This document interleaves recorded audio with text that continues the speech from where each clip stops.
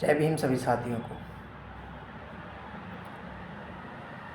बैठे बैठे कुछ सोच रहा था, उसमें समझ आया कि जो सोचते हैं क्या वो हम अपने लोगों के बीच रखें। तो हमने सोचा चलो एक वीडियो ही बना के डालते हैं। इस वीडियो में जो बता रहा हूँ अगर आपको अच्छा लगे तो कृपया आप अपनी ज़िंदगी में ये काम ज़रूर करिएगा। हमारी समाज को 85% की बात कर रहा हूँ। वो समाज जो कभी गुलाम हुआ करता था, आज वो खुद अपने पैरों पर खड़ा हुआ है। लेकिन उसमें भी अभी कुछ ऐसे वर्ग हैं जो अभी भी जाति वर्ग के शिकार हो रहे हैं और ज़्यादातर 85% में से ही कुछ लोग कुछ परसेंटों के साथ जाति भेदभाव कर रहे हैं, क्योंकि 15% के लोगों ने उन 85% के कुछ लोगों के दिल और दिमाग में एक बात भर दी है कि तुम इस जाति से बड़े हो, उस जाति से छोटे हो। ये चीज़ें इसी के चलते ही आज हमारा 85% बहुजन समाज दिन पर दिन उसी गुलामी में आता जा रहा है जो आज से हज़ारों वर्ष पूर्व था। इसका कारण मानसिक गुलामी है, क्योंकि जो किसी ने आपसे बोला उसी चीज़ पर आपने भरोसा कर लिया। अज्ञानता। शिक्षा इसलिए कहते हैं कि शिक्षा ज़रूरी है, क्योंकि शिक्षा से हमें तर्क और सही और गलत बातों का पता चलता है। लेकिन कुछ जो शिक्षित नहीं हैं वो लोग अपने ही समाज के ऊपर जाति भेदभाव करते हैं। उनको इस बात को समझना चाहिए कि हम 85% एक हैं।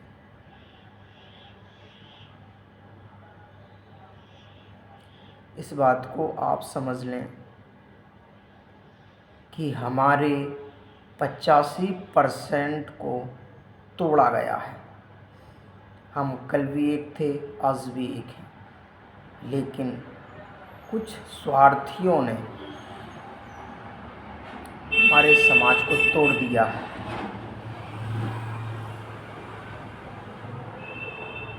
दलित, पिछड़ा, आदिवासी करके।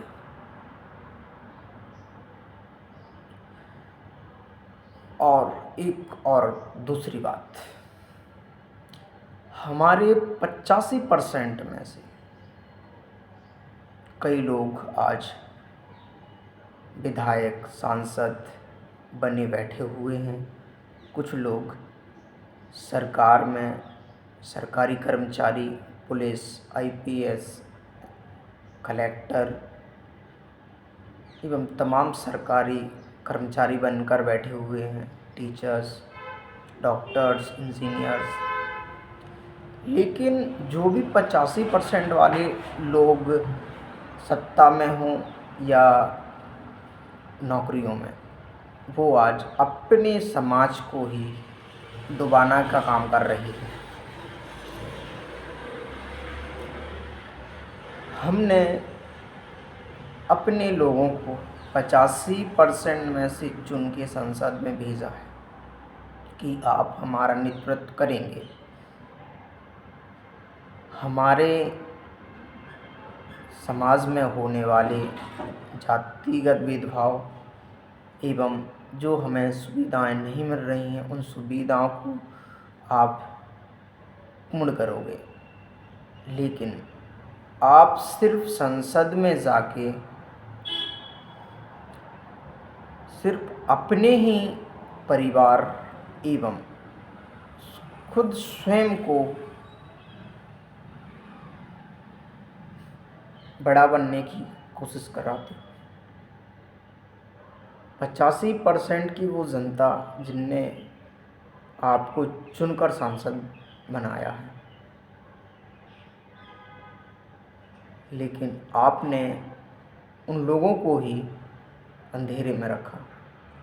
हमारे 85% की कमी यही है कि अगर हम अपने समाज से चुन के जाते हैं तो हम अपने समाज के काम में नहीं आते। जिस दिन ये हो गया, हम अपने समाज की जिम्मेदारी उठाना शुरू कर देंगे 85% की, उस दिन हमारा समाज एक शिक्षित समाज भी बनेगा, रोज़गार भी मिलेंगे एवं जाति भेदभाव खत्म हो जाएंगे।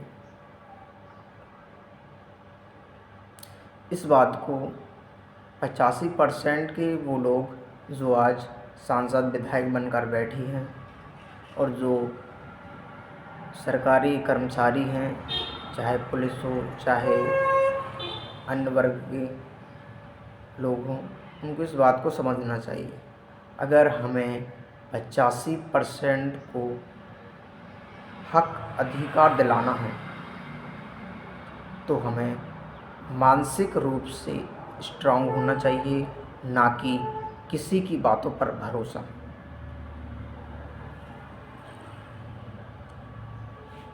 जब तक आप अपने समाज के बारे में नहीं कुछ उन्नति करोगे, तब तक समाज पिछड़ा रहेगा। आपको इस बात को समझना चाहिए कि हमें जैसे अपना परिवार महत्वपूर्ण है, जैसे हम अपने बच्चों को खाने के लिए खाना लाते हैं, जैसे हम अपने माता पिता को खाने के लिए खाना लाते हैं, वैसे ही हमारा समाज है जिसकी वजह से हमें आज संसद विधानसभा जाने का मौका मिला। और अगर हम इनके काम में नहीं आए तो वहाँ तक पहुँचना हमारे बस की बात नहीं थी। इनकी ही वजह से आज हम सांसद और विधायक हैं। तो हमें इनके साथ कंधे से कंधे मिलाकर रहना चाहिए ज़मीनी स्तर पर। इस बात को समझना अति आवश्यक है। और तीसरी बात, जो भी हमारे समाज में 85% में शिक्षित हैं, जो रोज़गार कर रहे हैं, जैसे कि व्यापार, सरकारी कर्मचारी हैं, वो अपनी जिम्मेदारियों को समझें। अगर वो शिक्षक हैं तो अपने आस पड़ोस में रहने वाले सभी विद्यार्थियों को अपने घर बुलाकर, या एक सामुदायिक भवन में, हर एक गांव में सामुदायिक भवन होता है, वहाँ पर बुलाकर फ्री एजुकेशन प्रोवाइड कराएं। क्योंकि फ्री एजुकेशन देने से हमारे समाज में तर्क करने की शक्ति प्रदान होगी। अगर समाज शिक्षित रहेगा तो सही और गलत समझ सकेगा।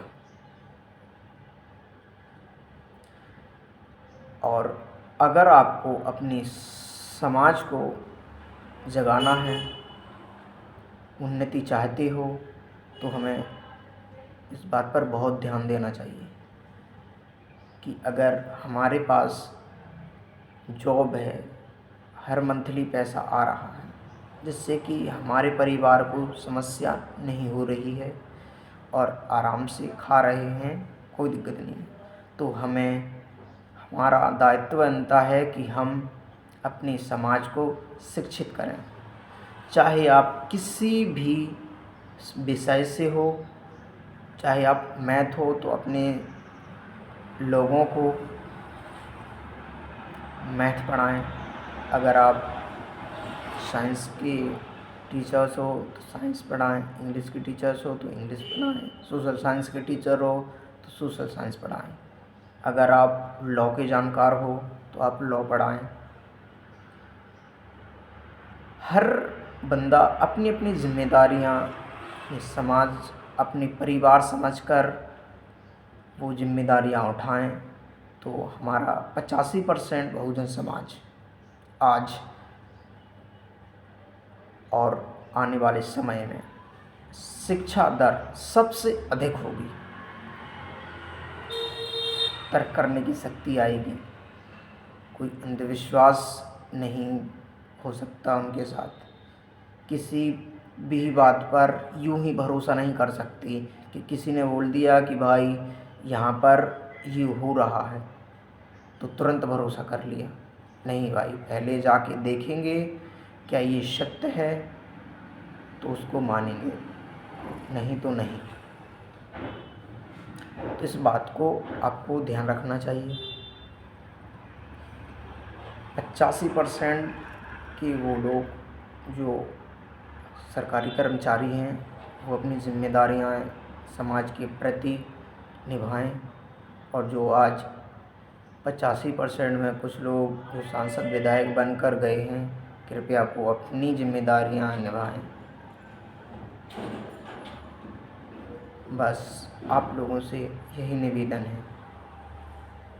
कुछ चंद पैसों के लिए आप अपनी समाज को ना बेचें, क्योंकि समाज अगर बिक गया तो आने वाले वक्त में आपकी पीढ़ी ही तकलीफ़ में आएगी।